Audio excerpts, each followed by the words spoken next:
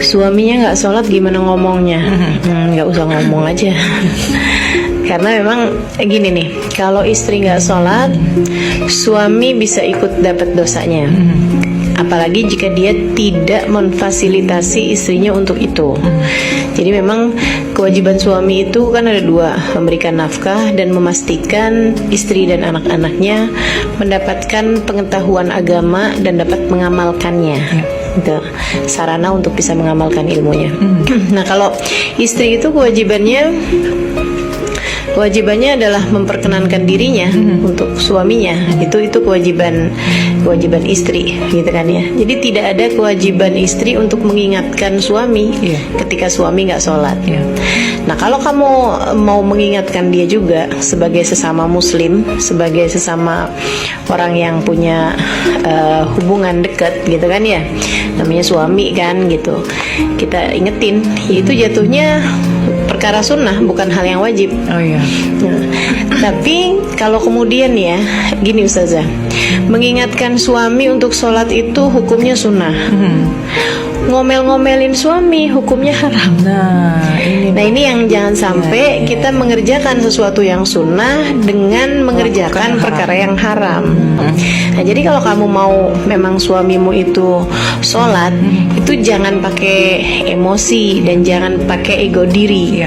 Karena kebanyakan perempuan itu ketika suaminya nggak sholat, yang bicara adalah egonya. Masa sih saya punya suami nggak sholat, jadi saya punya suami nggak sholat, gitu. Tidak berpikir, ya Allah, kalau saya biarkan suami saya seperti ini, kemudian di hari akhirat nanti kita tidak dapat bersama karena tidak bisa mendapatkan ridha Allah SWT, gitu kan. Kesian banget suami saya, bagaimana cara menyelamatkan dia, gitu. Itu jarang. Istri-istri yang berpikirnya seperti itu jarang. Lebih ke ego sendiri, gitu kan. Pak, bapak nih enak aja nih nggak sholat, nggak enak tahu diliatin anak-anak. Gitu. Jadi lebih ke ego diri sendiri aja, gitu. Dan ini yang mesti kita hilangkan ya. Kalau kamu pengen suami kamu sholat, hal terindah untuk kamu lakukan adalah dengan berdoa, meminta kepada Allah. Karena orang di saat dia mau sholat, bukan hanya dia mau sholat, tapi karena Allah menginginkan dia untuk menghadap padanya. Dan ketika seorang gak mau sholat, bukan hanya karena dia gak mau sholat, tapi karena Allah tidak menginginkannya untuk menghadap kepadanya. Jadi urusannya lebih ke Allahnya. Nah, kamu daripada maksa-maksa suami kamu untuk sholat, apalagi sampai pertanyaannya, boleh nggak saya menuntut cerai suami yang nggak sholat? Nah, daripada pertanyaannya seperti itu, jauh lebih baik kalau kemudian tanganmu kamu tengadahkan, mohon kepada Allah sebagai Al-Hadi, sebagai pemberi petunjuk, untuk memberikan petunjuk kepada suamimu hingga dia mau mengerjakan sholat. Pun juga dengan catatan, kalau nanti sesudah kamu berdoa, mungkin sampai dengan tahajud kamu bangun, bahkan mungkin kamu berbuat kebaikan-kebaikan dengan niat untuk mendoakan suamimu, sampai kemudian suamimu sholat, jangan kamu kira bahwa karena saya dia sholat. Sebab bagaimanapun Allah tetaplah Al-Hadi. Allah lah sang pemberi petunjuk. Jadi tidak ada yang dapat memberi petunjuk kecuali Allah SWT.